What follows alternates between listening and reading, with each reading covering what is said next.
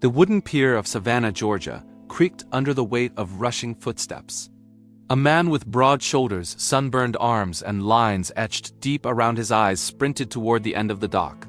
His name was John Harris, a carpenter used to storms and salt air, but right now his steady hands trembled. In the water below, clinging desperately to a slippery rope, was a tiny gray kitten. Its cries cut through the wind, high-pitched, frantic, fighting against the tide that threatened to drag it under. One wrong slip, and the current would swallow it whole. The kitten's fur, soaked and heavy, plastered against its fragile body, made it look even smaller. Each time a wave slapped the pier, its claws lost grip for a fraction of a second.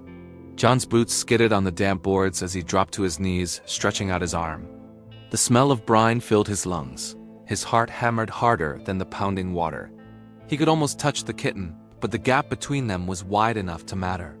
He clenched his jaw. Timing was everything now. A sudden gust rocked the pier, sending a groan through the timbers. The kitten's claws slipped. For one agonizing heartbeat, its body dangled free, suspended above the churning black water. John lunged forward, fingers brushing just short of fur. The kitten let out a screech so raw it pierced his chest. He knew that if it fell now, it would be gone in seconds. Salt spray stung his eyes, but he forced them open, refusing to blink, refusing to lose sight. "Hold on!"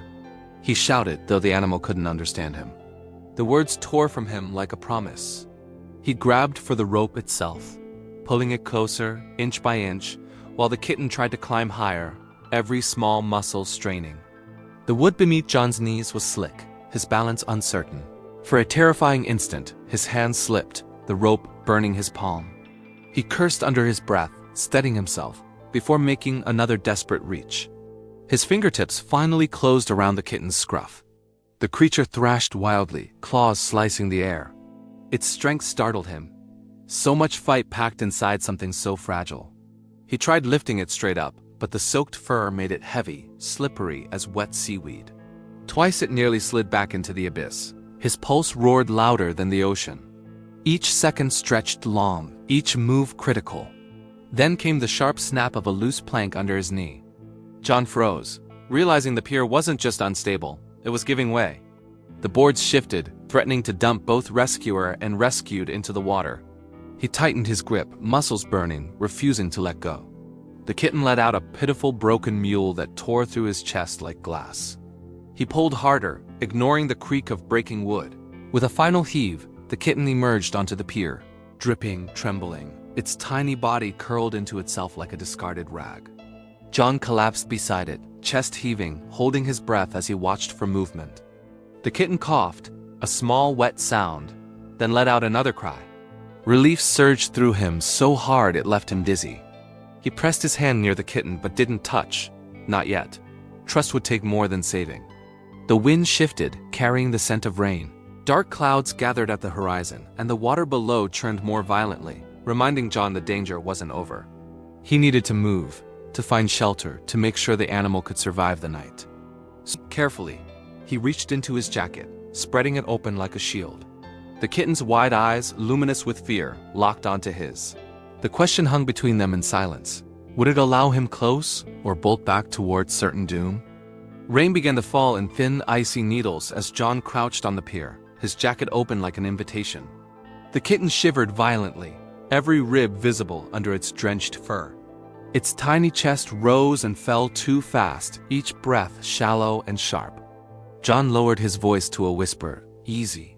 "It's all right," though his throat was tight with urgency. He knew any sudden move might send the fragile creature scurrying back toward the water's edge. The storm had no patience for hesitation. Thunder growled overhead, echoing across the marsh. The kitten's ears flattened, its eyes darting from John's hand to the swirling waves below. For a moment, it crouched low, claws scraping against the splintered wood, ready to leap in panic. John felt a knot in his stomach. If it bolted now, he'd have no second chance. His arm trembled as he held it steady, palm open, letting the creature decide. Each raindrop stung his skin, and the boards beneath him groaned with the storm's weight. He willed himself still, heart thundering in his chest. Then, a fragile shift. The kitten took one trembling step forward. Its whiskers quivered as it sniffed the salt-stained air around his hand. John barely breathed. The tiny paws left damp prints on the wood, each hesitant move a test of faith. Suddenly, a blast of wind slammed through, rattling loose ropes against the pier. The kitten flinched, fur puffing despite the wet, and scrambled back, nearly losing its balance again. John's pulse spiked. One wrong jolt and it would tumble. Acting on instinct, he edged closer, closing the distance. The pier swayed, boards creaking, but he didn't care. He reached with both hands this time, wrapping his jacket quickly around the kitten's body. It fought, tiny claws digging through the fabric, but he held firm. "I've got you," he whispered, voice rough with relief. The warmth of his chest met the cold, trembling bundle, and he felt the kitten's frantic heartbeat hammering against his ribs. Lightning tore across the sky, illuminating the marshlands in a flash of silver. For a second, everything was stark. The endless black water, the trembling kitten, the solitary man kneeling on a failing pier. Then darkness swallowed it back.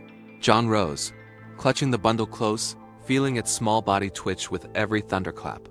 He knew shelter was urgent, but the storm was closing faster than expected. The path home would be long, slippery, and uncertain. As he stepped off the pier, his boot slid against a patch of algae. He lurched sideways, nearly losing his grip.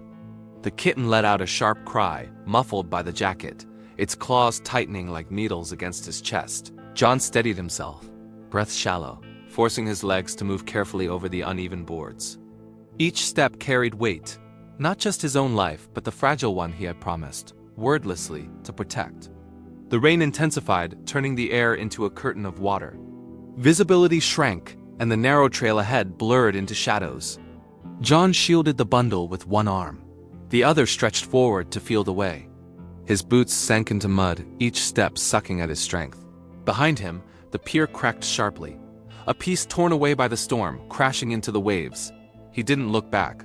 His world was narrowed to the trembling heartbeat pressed against him and the desperate need to get both of them safe. Somewhere in the distance, a faint glow flickered, the small lantern outside his workshop. Hope surged like fire through his veins. But between him and that glow lay a stretch of marshland that flooded quickly under heavy rain. The water was already pooling at his ankles, dark and cold. He stopped, tightening his hold on the kitten. Ahead, the ground dipped lower, threatening to trap them both. He whispered again, almost to himself, "We'll make it. Just hold on." The storm answered with another crash of thunder, daring him to prove it. The marshland stretched before John like a shifting maze of shadows and water. Each step sank deep, mud clutching at his boots with a suction that slowed him down.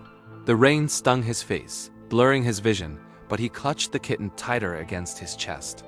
The tiny creature trembled, a muffled cry escaping from within the folds of his jacket. He could feel its breath, sharp and uneven, against his skin. The storm wasn't just a backdrop anymore. It was an enemy pressing in on every side. He pushed forward, wading through water that now reached his shins. The lantern glow flickered faintly in the distance. But every step seemed to stretch the path longer, like the land itself resisted his progress. A sudden splash broke the rhythm of the rain. Something moved in the water just yards away. John froze, tightening his grip instinctively. The marsh was home to alligators, snakes, things that thrived in darkness. His jaw clenched. He couldn't afford to stop, but each ripple grew louder in his imagination, closer, more deliberate. The kitten squirmed suddenly, sensing what he did not. Its tiny claws dug deeper into his shirt, and a hiss, thin and trembling, escaped its throat. John followed its gaze toward the water's surface. A long, slow ripple cut across, too smooth to be rain. His breath hitched. He shifted his weight carefully, forcing his legs to move faster, mud dragging at him like hands. The water splashed again, closer this time, and his heartbeat surged into his ears. A branch cracked overhead, felled by the storm, crashing into the water behind him with a violent splash. John stumbled forward, adrenaline shooting through his veins. Convinced for a moment the creature in the marsh had lunged. The kitten pressed hard into his chest, silent now, as if fear had stolen even its cries. He steadied himself, gasping, his boots slipping, but holding. He whispered, "Almost there. Just a little more," though his voice quivered with the lie. The ground shifted suddenly under his foot, a sinkhole hidden beneath the murky water. His leg plunged deeper, swallowed to the knee. The jolt sent him pitching sideways, jacket opening just enough for the kitten to slide against his arm. Panic seared through him. If it fell now, the current would claim it. With a desperate twist, he clamped his arm around the fragile body, hugging it tight as he forced his trapped leg free. Mud sucked at him, tearing at his strength, but he pulled, teeth gritted, until with a wet pop his boot came free. The rain poured harder, drumming on the water's surface, deafening in its chaos. His chest burned from effort, but he refused to falter. The lantern glow grew stronger, cutting through the downpour, a fragile promise of safety. The kitten stirred, weak mews rising again, its body trembling less violently now. As if clinging not just with claws but with trust, John felt that tiny shift deep in his chest, the beginning of something unspoken binding them. At last, his boots struck firmer ground. The marsh gave way to gravel, slick but solid. He stumbled onto the path leading to his workshop, nearly collapsing from the relief. The lantern's light swung in the wind, painting the door in flickers of gold. He half ran, half dragged himself the final yards, heart surging as he reached the steps. His hands shook so badly he fumbled the latch, rainwater dripping from his hair into his eyes. He pushed the door open with his shoulder, clutching the bundle like it was the last fragile thing in the world. Inside, the air was warm, carrying the faint smell of cedar and oil from his tools. He kicked the door shut against the storm's howl, chest heaving. Slowly, he loosened the jacket. The kitten blinked up at him with wide, glassy eyes, water dripping from its whiskers. For the first time since he'd seen it, its claws retracted slightly, resting instead of tearing. John lowered it onto a soft towel by the hearth. The fire still glowed faintly, embers waiting to be fed. He knew he had only minutes to bring warmth back into the trembling body before the cold stole its strength forever. John crouched by the hearth, hands trembling as he tossed dry kindling onto the embers. Sparks leapt, catching quickly, flames blooming into warmth that licked the stone. The orange glow painted the room in life again, pushing back the storm's roar outside.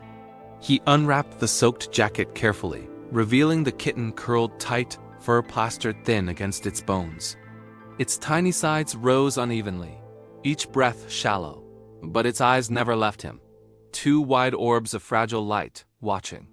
He laid the creature onto the towel, pulling another cloth to pat its fur dry. At first, the kitten flinched at every touch, a hiss breaking weakly from its throat. But John's hands were steady, deliberate, gentle. His calloused fingers, used to carving wood, moved now as if sculpting hope itself. "You're safe," he murmured, almost afraid of the sound of his own voice. Slowly, the kitten's trembling shifted, not from panic, but from the fight to stay awake. The fire crackled louder, filling the room with the scent of smoke and cedar. John poured a shallow bowl of milk, setting it close, the steam rising faintly in the warm air. The kitten sniffed, then turned away, too exhausted. John's heart sank, but he refused despair. He scooped a little onto his fingertip, holding it close to the tiny mouth. After a long, aching pause, the kitten licked once, then again, each movement weak but deliberate. Relief swept through him so sharp his eyes stung. For a moment, silence reigned, broken only by the storm outside and the soft rhythm of licking. Then, without warning, the kitten tried to stand. Its legs wobbled, slipping against the towel, and it collapsed forward into John's palm. He caught it gently, supporting the fragile weight against his skin. The contact held longer this time, the tiny body pressed into the curve of his hand instead of struggling away. That single choice, to lean instead of fight, pierced him deeper than the rescue itself. Thunder cracked, shaking the window panes, but John barely noticed. The kitten shifted weakly, claws curling into his shirt, climbing with what little strength it had. He lifted it higher, closer to his chest, feeling the frail warmth seep through the damp fabric. For the first time, the frantic heartbeat slowed, syncing with his own. He exhaled shakily, head dropping against the back of the chair, cradling the life he'd nearly lost on that pier. As the fire grew steady, shadows danced along the wooden walls. The storm outside raged, wind howling like an ocean of voices, but inside, a different quiet settled.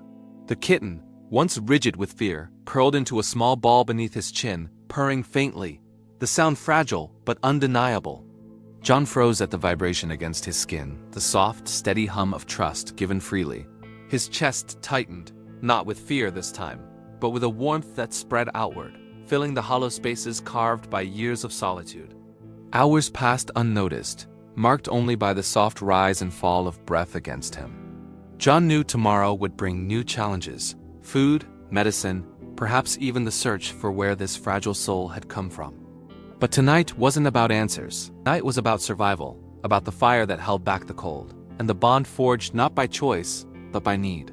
A bond that had begun the moment a tiny cry broke through the storm and called him to act. When the storm finally began to fade, the first light of dawn crept through the cracks in the shutters. John stirred, stiff from the night spent in his chair. But the kitten remained curled against him, dry now, breathing evenly. He lifted one rough hand slowly, hesitantly, and brushed a fingertip along the small head. Instead of recoiling, the kitten pressed into the touch, eyes closing with trust. That single gesture, fragile, unguarded, left John silent, his throat tight. Against all odds, in the heart of the storm, two lives had found each other,